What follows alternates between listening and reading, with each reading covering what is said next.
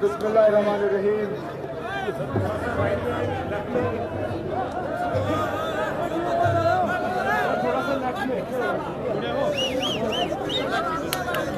श्रीनगर बड़गाम पार्लिमानी हल्के से national conference के उम्मीदवार मेरे नौजवान साथी जनाब आगा सैयदुल्लाह मेहदी साहब, हमारे आज के प्रोग्राम के मेजबान जनाब सैफुद्दीन भट्ट साहब, यहाँ पे तमाम नेशनल कॉन्फ्रेंस के ज़ोमाए किराम, डीडीसी हजरात, भाइयों बहनों बुजुर्गों नौजवान साथियों, मेरे तरफ से आप सबको अस्सलाम वालेकुम।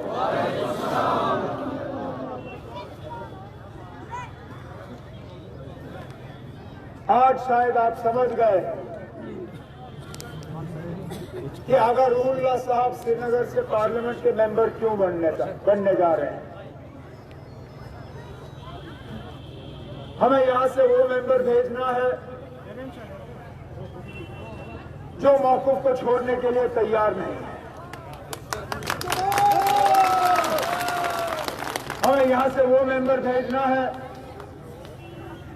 जो बिना खौफ आपके जज्बातों की तर्जुमानी करेगा।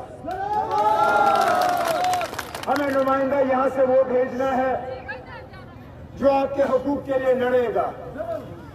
जो हमसे छीना गया है 5 अगस्त 2019 को उसको वापस लाने की जद्दोजहद, उसको वापस लाने की लड़ाई जो है वो लड़ने के लिए हमें यहाँ से उम्मीदवार भेजना है, और वो उम्मीदवार जो है आगा रूहुल्लाह साहब हैं। क्योंकि आज हम एक बहुत मुश्किल दौर से गुजर रहे हैं। हम बिल्कुल उन हालात से गुजर रहे हैं जिन हालात को देखते हुए बाबा कौम शेर कश्मीर शेख मोहम्मद अब्दुल्ला ने पहला अपना मिशन शुरू किया था। उस वक्त इक्तिसादी तौर हम गुलाम थे, सियासी तौर भी हम गुलाम थे। हमारी आवाज नहीं थी, हमारी जमीन पे हमारा हक नहीं था, पानी पे हमारा हक नहीं था, हवा पे हमारा हक नहीं था, किसी नौकरी पे हमारा हक नहीं था। हर लिहाज से हम यहां गुलाम थे, और एक एक करके बाबा कौम शेर कश्मीर शेख मोहम्मद अब्दुल्ला ने जिद्दोजहद की, लड़ाई की। पहले शख्सी राज के खिलाफ उन्होंने मुहिम चलाई और हमें सियासी गुलामी से आजादी दी। हमारी आवाज में दम आया, हम अपने मुस्तकबिल के खुद मालिक बने, अपने फैसले हम खुद करना शुरू कर गए। उसके बाद जो इक्तिसादी गुलामी थी, यहाँ जो जमींदारी का सिलसिला था, उन जमींदारों से, उन चकदारों से, उन सब से हमें आजादी दिलाई। इक्तिसादी आजादी हमें मिली जब हम अपनी जमीनों के मालिकाना हक बाबा कौम ने हमें रातों रात हमारे हवाले यहाँ पे किया। और उस दिन से लेके आज तक नेशनल कॉन्फ्रेंस के खिलाफ साजिशें शुरू हुई, क्योंकि लोग उस बात से मुतमईन नहीं रहे। जो हमारे मुखालिफ थे, जो हमारे सियासी दुश्मन थे, वो इस बात से खुश नहीं थे कि यहाँ के लोगों को इक्तिसादी और सियासी जो है आजादी मिली। और आज दोबारा हम उसी गुलामी के तरफ चलने का काम कर रहे हैं। जिस तरह आगा साहब ने अपनी तकरीर में कहा, आज हमारी जमीनों को खतरा है, आज हमारे नौजवानों के रोजगार को खतरा है। आज हर लिहाज से अगर हम किसी दौर की तरफ गुजर रहे हैं तो गुलामी के दौर की तरफ। हमें कहीं से भी हमारी आवाज जो है वो सुनाई नहीं देती। आप सरकारी दफ्तरों में जाते हो, वहां आपकी सुनवाई नहीं होती। सरकारी दफ्तरों में आपकी बात करने वाला कोई नहीं। आपकी बात सुनने वाला कोई नहीं, आपके मुतालबे और मुश्किलात हल करने वाला कोई नहीं। आज बाहर से लोग आते हैं हमारी जमीनों पे कब्जा करने के लिए, रोजगार के ऑर्डर निकलते हैं, बैंक के ऑर्डर निकलते हैं, तो काम करने वाले बाहर से, सरकारी दफ्तरों में काम करने वाले बाहर से, सिर्फ और सिर्फ यहाँ के लोगों को परेशान करने के लिए इन्होंने 5 अगस्त 2019 का साजिश जो है वो हमारे खिलाफ रचाया। लेकिन इंशाअल्लाह उसका इलाज भी होगा, लेकिन उसका इलाज आपके हाथों में है। जब 13 मई को आप अपने कीमती वोट का इस्तेमाल करके हल का बटन दबा के नेशनल कॉन्फ्रेंस जिंदाबाद, Jammu and Kashmir national conference जिंदाबाद, सब कदम बढ़ाओ हम तुम्हारे साथ हैं, सब कदम बढ़ाओ हम तुम्हारे साथ हैं। इलाज मैंने कहा आपके हाथों में है।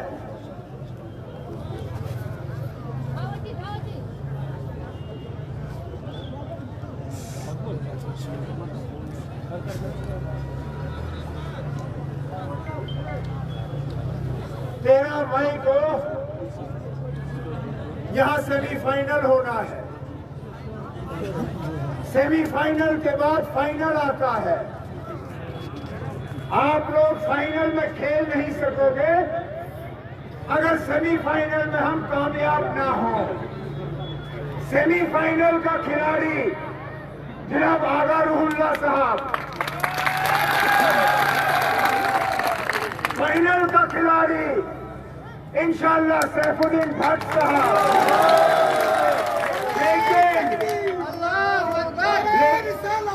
लेकिन अगर आगा रुहुल्ला साहब अपने मैच में कामयाब नहीं हुए तो फिर ना बैट ना बॉल जनाब सैफुद्दीन भट्ट साहब के हाथ में होगा।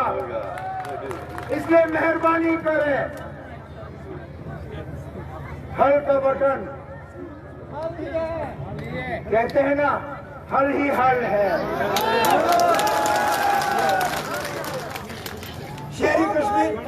शेरी कश्मीर के दौर में महजूर ने कहा था, बनोहा बागबानो नौ बहार शान पैदा कर, फलन गुल गश करन बुलबुल युकी सामान पैदा कर। Köyçüva yatan navbahar uçur. Köyçüva yatan navbahar uçur. Agar köyçü yatan navbahar uçur, then you alban respect benim vote. You budget.